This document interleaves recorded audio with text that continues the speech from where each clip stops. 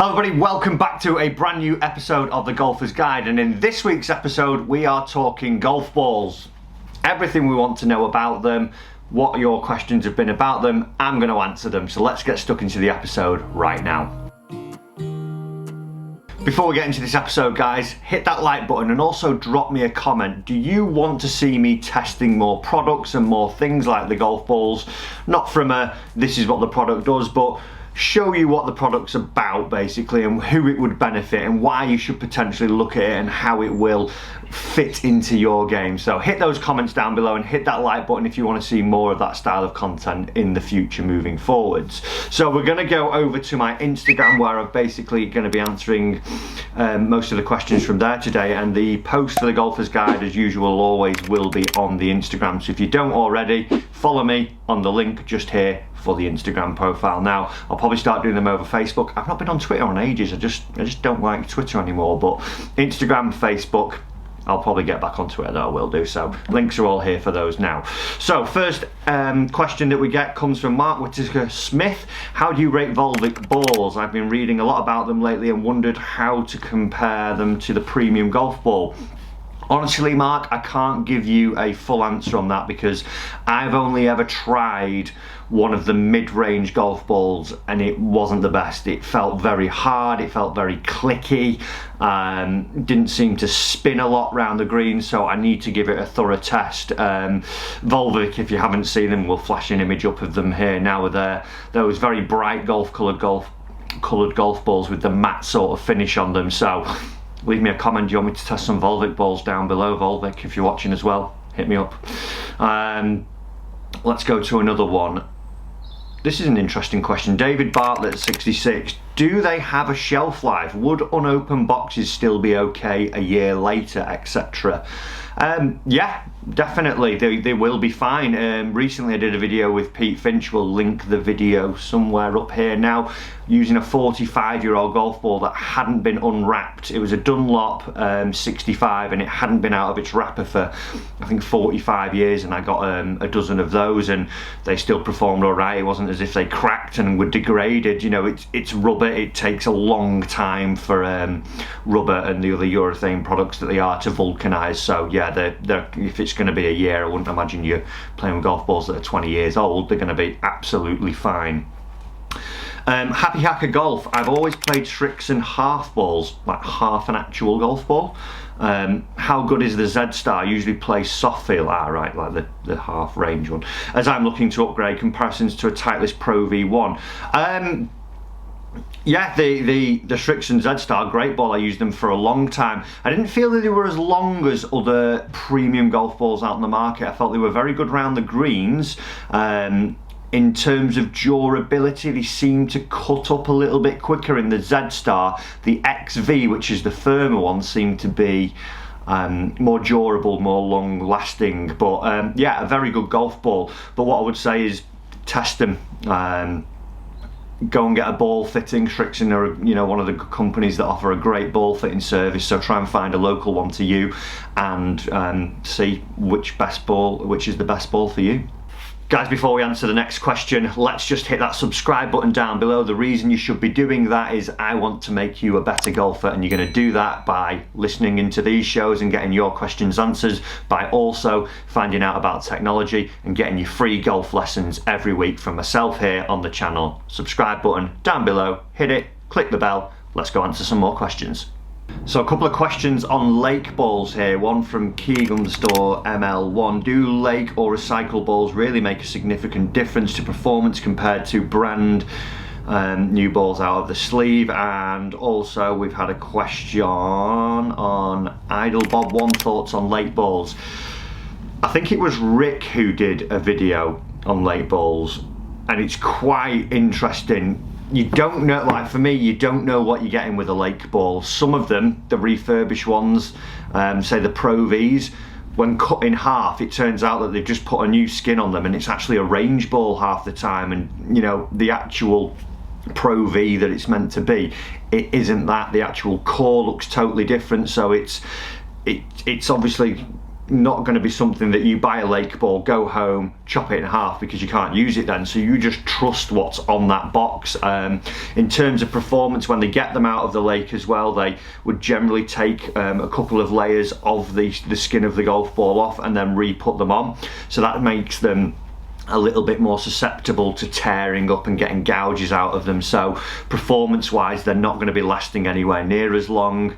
You don't know what you're getting, and I think for the price of lake balls nowadays, obviously if you're going on eBay or Amazon or wherever it is that you're getting them from, you could get a sleeve of cheaper golf balls, i.e. something like a Velocity, or I think it's Shrixon do a golf ball at $9.99 for a dozen, which you know what you're getting, you know what's in that packet, and you can trust what's in the packet, and you can, you know, be confident that it's going to actually have a little bit of a better performance benefit to yourself. So not a big fan of the lake ball. So there's quite a few questions regarding a higher handicapper and expensive golf balls. Is it worth the higher handicapper spending the money on the sort of tour level golf ball as it is? And also, will the higher handicapper see the performance benefits from that golf ball? So firstly, if we talked expense, budget, XYZ, what you've got to understand is, you know, everyone's got different budgets. It might be that you play a Pro V1 because you think that's the best golf ball and you can afford to play that, so be it, that's absolutely fine. You're off 30 handicap, but you believe that Pro V1 is the best and you want to get the most out of your game by using a Pro V1. Great, that's good. On the other hand, it might be that as a higher handicapper, you are losing, let's say, 5 balls a golf round, 5 balls around, averaging at £3.50 a ball. You're looking over that £15 mark already for a round of golf. So if you're playing 4 times a month, all of a sudden lost golf balls is costing you over £60. So that's quite a lot of money to be spending on golf balls per month. If you think, you know, you're going to be spending, what would that be, 720 quid a year on golf balls if you played those 4 rounds every month. So it's up to you on that budget side of things. Would it be that a $9.99 ball, let's say, or a £15 a dozen box, actually you don't see massive performance benefits? It feels okay to you, you're not noticing that when you're using it with your driver all of a sudden it's dropping 20 yards off the tee. When you're hitting wedges in, it's bouncing and releasing, you don't get any spin, any check, and when you're putting, it doesn't feel like a marble, it actually feels like a nice sort of soft rubbery feel off the face instead of that stony feel. Then yeah, you know, there's that compromise that you've got to put in with your budget in place. So that, you know, that's totally up to you as a high handicapper on the budget side of things. Now, performance wise, are you going to be striking it? Are you going to be compressing the golf ball enough to get the maximum out of that golf ball? Probably not. We would see that maybe a mid-range golf ball, something like a Torsoft versus an AVX, for someone who swings the club quicker, i.e. a tour level swing speed of 115 with a driver and about 90 miles an hour with a 7-iron, is going to get the speed to generate the spin with something like that, as where you're looking at a Torsoft or a Velocity or something like that. You might be under that 100 mile an hour barrier with your driver and round the 80 mark with a 7-iron, so you would see that you get the sufficient speed to generate the sufficient spin from a ball like that. So on those, you probably wouldn't, you know, generally see as much benefit as you would do as a tour pro would see. I think definitely from the spin side of things, they will see a lot more control. I do notice definitely though, when pitching with a mid-range golf ball from sort of 30 to 70 yards, they don't stop as quickly. But if you then factor that in, and also if you're not totally in control of your yardages with a wedge as well, it's not something that you can really complain about, because you don't know that, you know, that 58 you've got in your hands, when you make a half swing it goes 47 yards and you expect 2 yards of run with a little bit of check-in. You're just happy to hit it 50 yards, and if it lands and rolls 15 foot by the flag, it's not really a bad shot for your handicap level. So I definitely think, you know, the tour end golf ball is aimed at that specific tour player, but there's also people's budgets and what they feel comfortable using out on the golf ball and what they're comfortable to spend. So I think it very much comes down to the individual, and also going testing, you know, getting fit for golf balls is huge now. And if you find that that Pro V1 is better and you're comfortable to spend that money, good. If you think, well, yeah, I might benefit more from it, it's a little bit of a stretch, but I see the benefits in my game and I get better and I maybe don't lose as many with it, that could be the answer. So lots of things to weigh up there when you're a high handicapper and purchasing your golf balls. Quite a few questions as well on winter golf balls. Obviously now we're coming to the end of the season, the ground outside is quite muddy, not getting any real run, the greens aren't firm, they're not acting how they would do, and there was that sort of old suggestion of, well, you're not going to see the benefits of a Pro V1 or a TP5 or a Chrome Soft or whatever it may be.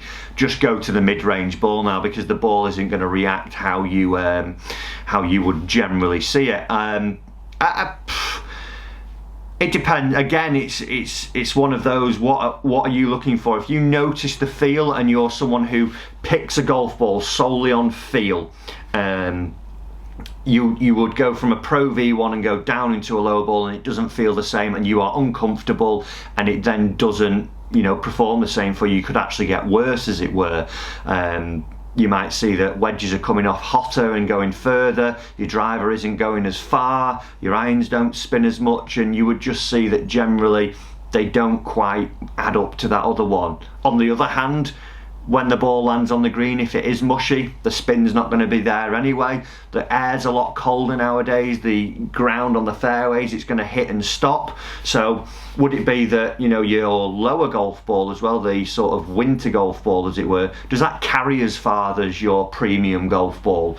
If it doesn't, when it's hitting the ground, it's going shorter anyway, so you've already put yourself at a disadvantage. Personally, over the last 5 to 6 years, never changed. Just, you know, that is the golf ball I would play with, whether it is, you know, sunny, rainy, wintry, cold, warm, whatever it may be, and just take it for what it is and just adapt yourself to the conditions. You know, if it's, you know, need more carry, hit a longer club, not going to spin as much, fine, so be it, play for it, play more target golf as it was going through. So for me, one of the only other queries I would have with it is, again, going down to that price point.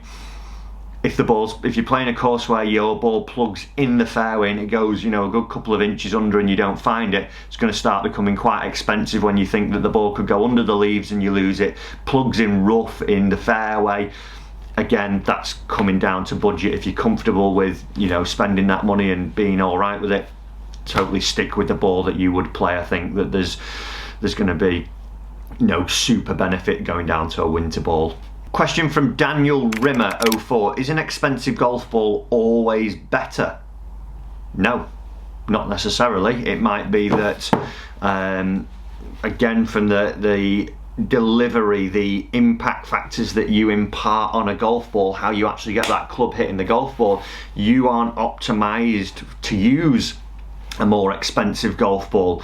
And some of them, a lot of the golf balls as well, what we've got to take into account, if we look at something like a Vice golf ball, really big on the scene now, versus an AVX or a Pro V1 or a TP5, those guys have got to pay the big bucks to have people like Rory, you know, Tiger, Phil Mickelson, DJ, whoever it may be, the big names. Also, they pay a lot of money to, you know, golf advertisers, whether it's magazines or, you know, having it on the PGA Tour or the European Tour, sponsoring it in that way. So they have to recoup their revenue somehow. So put the ball prices up for a Pro V1. I remember when I was an amateur golfer, Pro V1 was 35 quid, and if it went up above sort of £37.50, it was getting a little bit pricey. Now they're at like 45 quid. The ball's not any difference. Obviously manufacturing costs start to go up as well and things like that, so we start to see that these guys have to recoup that money. A Vice golf ball, they don't pay anyone on tour. They get their balls straight to them, and then they sell them directly over the internet, so they've not got the shipping costs going to, you know, your golf stores and then giving them POS and things like that. So there's you know, maybe a £10 difference in those golf balls, but if you solely went on price, if you said, well, Pro V1's 45 or TP5X Chrome Soft, whatever it is, 45, Vice is 35, they're a better golf ball. Is it? Don't know. You've got to test it and see what actually works for your game. There's lots of golf balls out there, even from a sort of, say, a TP5X. I would prefer to use something like a Tour Soft over a TP5X because it feels a little bit softer to me. The X feels really rocky when I hit it. So I'd go down to the cheaper golf ball if it was sort of a blind test, because it would feel better to me. I'd have to get the stats on it, but then if I'm just playing solely off feel, because a lot of the time, you know, when you guys watching this video won't go and hit lots of golf balls on a launch monitor and actually try that golf ball out, you'll sometimes maybe find a golf ball, oh, that feels good, I'll go and buy a sleeve of those. Oh, they're only £6, great. You find a Pro V1, whatever it may, oh gee, I'm not buying them, they're £12 a sleeve. So it's not always that expensive is better. They've got to incorporate those costs somehow. There definitely is, you know, better materials and probably more going into the construction sometimes if you get a real budget ball and it's just a one-piece ball where, you know, they've put the mantle in and then just put the skin over the top of it, versus something like a multi-layer golf ball where the construction's different, but, you know, price point isn't always the answer. So I'm going to answer 2 more questions here. Like I said as well, guys, comment down below, do you want me to actually do some tests on golf balls and some other equipment to show you the benefits, what it would bring to your game and help you understand where you should be looking in the marketplace at what sort of level that you're at? Hit those comments down below. Quickly, so Ben 8013, should you always use the same brand of ball no matter what your handicap is? Personally, I would say yes, find a brand that suits for you and try and stick there. If you're going out one week playing Strixon, then next week Callaway, then TaylorMade, Titleist, Vice, Snell, Seed, whatever it is, you know, Mizuno, whatever you're going through, the performance is always changing. You don't know exactly what's coming. If you know, use one type, you know, if there's something off, it's not the golf ball, it's you. So you've just got a baseline. If you say that, well, I'm going to use a Callaway Chrome Soft, let's say, you perform great with it for 5 weeks and then all of a sudden you have 2 or 3 bad rounds, you think, well, it can't be the golf ball because I'm still using the same golf ball. It's probably something to do with your technique and how you're hitting it, so then you should change it. You've got a good baseline as where if you hit one you think, oh, that jumps a little bit more, next one, oh, that doesn't go as far, am I doing something wrong? And then you change golf ball. You're forever questioning, there's too much going on there, so always try and use the same golf ball, I would say. And then last question, this is a really good question, this one. I like this a lot, and I think it's one that I've been posed with quite a few times in my lessons. Are a high spin tour ball more likely to slice and hook, or is all spin equal? The balls that we would see there, they're designed to generate backspin. So in terms of a distance golf ball, we would see that it probably doesn't generate the backspin needed to launch the golf ball. We want high spin with wedges, low spin with driver. What we would see generally with a distance ball is low spin with a lot. You know, you wouldn't spin it a lot with a wedge, you wouldn't spin it a lot with driver. So, excuse me, as we go through, what we've got to see is that if we've got backspin, which every shot that you hit has got backspin on, if it was just pure backspin, the ball would go straight. But as soon as the axis tilts on a golf ball and there's side spin added into the equation, we're going to see curvature on the golf ball. Now, with a tour ball, you're not going to see that you get more side spin generally. It's not that because it's a, you know, a spinnier golf ball, if you hit a shot with a wedge, it's not going to have, let's say, 5,000 revs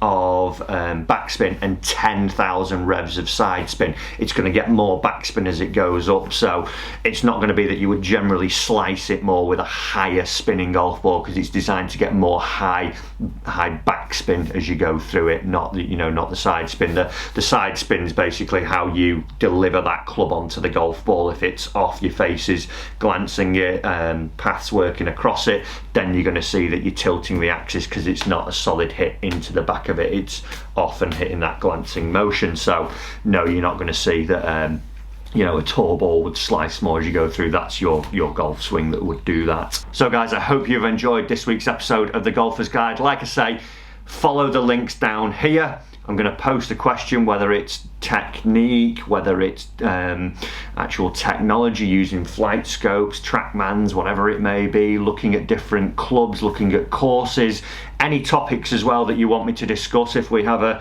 little bit of a debate down in the comments, and I'll, you know, happily listen to you guys and put those as one of the questions. I'll put that out there. So make sure you follow the links here and then go and ask the questions when I post that question. I'll try and do one of these every week for you now, so we can get a debate going and get your questions answered for you on your golf game.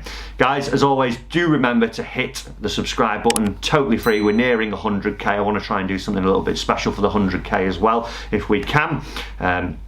Just to thank you guys for being along with the channel. It's been a great ride this year. Really enjoyed making all the videos and helping as many as I can with the golf game. Also want to help you with your golf game, want to help you get better, so hit the subscribe button. Free golf lessons every week. Why wouldn't you do it? It's free. Hit it, turn on the bell. Thanks for watching. See you in the next lesson.